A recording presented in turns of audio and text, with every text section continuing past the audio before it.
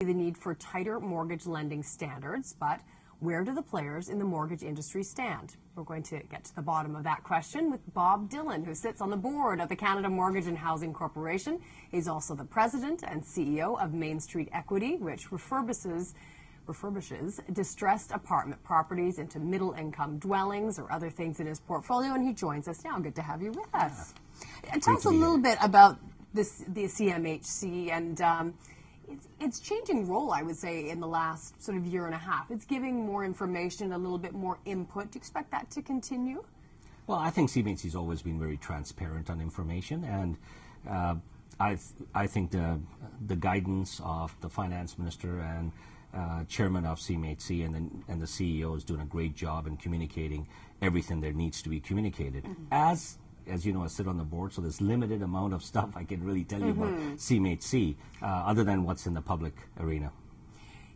There may well be some more entry of the government into the housing market. Generally speaking, is that a good thing? Should you let the market dynamics figure it out for themselves? Well, I think it's sending off alarm bells right now that 10% of the population is basically over-leveraged, and that's what the Institute is just saying. And, you know, making stronger requirements for down payment and higher down payment and stricter environment on qualification is a good thing. And the reason it's a good thing is we'll have more renters.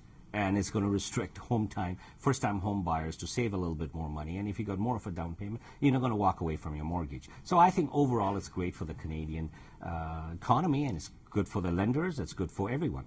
Tell us about the rental market. As we said in the introduction, you refurbish buildings and then sell them. In some cases, you keep them for rental income yourself. Tell us about the rental market in Western Canada. I'll give you an elevator pitch on Main Street Equity Corp. I don't want the elevator pitch. Okay. I want to know how the rental market is in the West.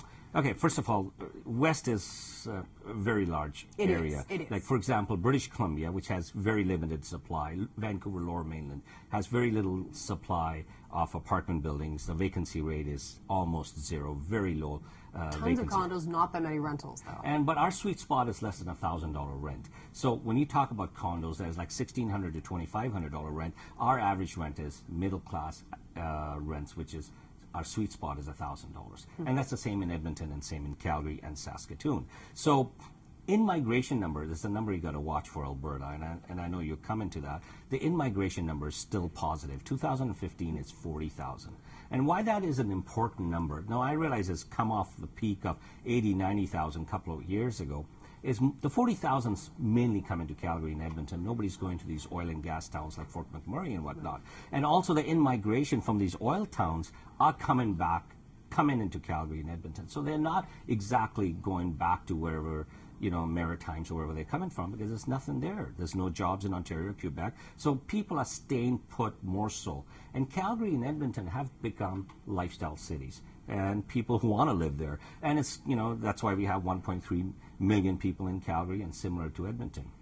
Do you see the market, particularly in Alberta right now, as a place of opportunities for your company? Prices have come down. There's more opportunities for you, for any player who has got capital to put into the market, or is there concern? Well, again, apartments are different from office buildings and warehousing and residential homes. Apartments, first of all trade below replacement costs. They're like, if you had to build a brand new apartment building, rental purpose apartment building, it's going to cost you twice as much as would you buy an apartment building for on a rental basis, although the stock's like 40 to 70 years old. So our business models, we buy, majority of the stock is 40 to 70 years old. So we buy these apartment buildings, fix them up, and improve new windows, new heating systems, everything. Whatever they need. Yeah. Whatever they need, and we increase the top line revenue by 40% by doing this. And the biggest risks of our business is supply and interest rates. And I don't have to tell you about interest rates, 10-year money, 2.5%. And in terms of supply, you're not going to get any supply till rents go up considerably, where the lenders will finance the developers to go out there and build new apartment buildings. So So you're not worried really about competition coming out of the market? If my rents were $1,600, I'd be worried, but it's $1,000 average rent. Now, will the vacancy rate go up a bit, and will we give some concessions to induce tenants to come in to keep our buildings full? I probably think 2016 is going to be a little bit of a rough year. just in Alberta alone. But British Columbia, where 30% of our portfolio is a pretty Is tight the other market. 70 in Alberta? No, we got 10% in Saskatoon. How's that market? Great. Saskatoon, it's unique niches that we are in. For example, the universe in Saskatoon, the total multifamily universe is 12,000 apartment units, and we have 35,000 students in Saskatoon.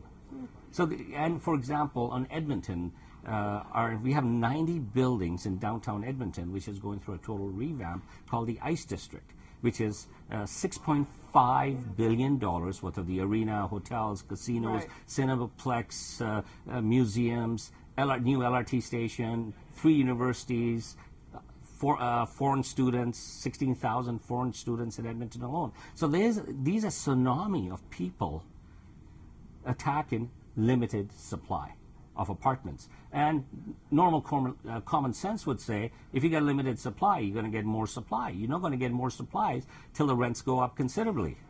So a lot of it, though, sounds like it is also the price point that your rents are at. That is a less elastic part of the market. And the price point justifies our acquisition purchase price, which is close to $100,000 a door. Why that's an important number is because the replacement cost is around $250,000 to $300,000 a door. Okay. Bob Dhillon, great to have you here. Thank you for joining us. Thank you. He is President and Chief Executive Officer of Main Street Equity.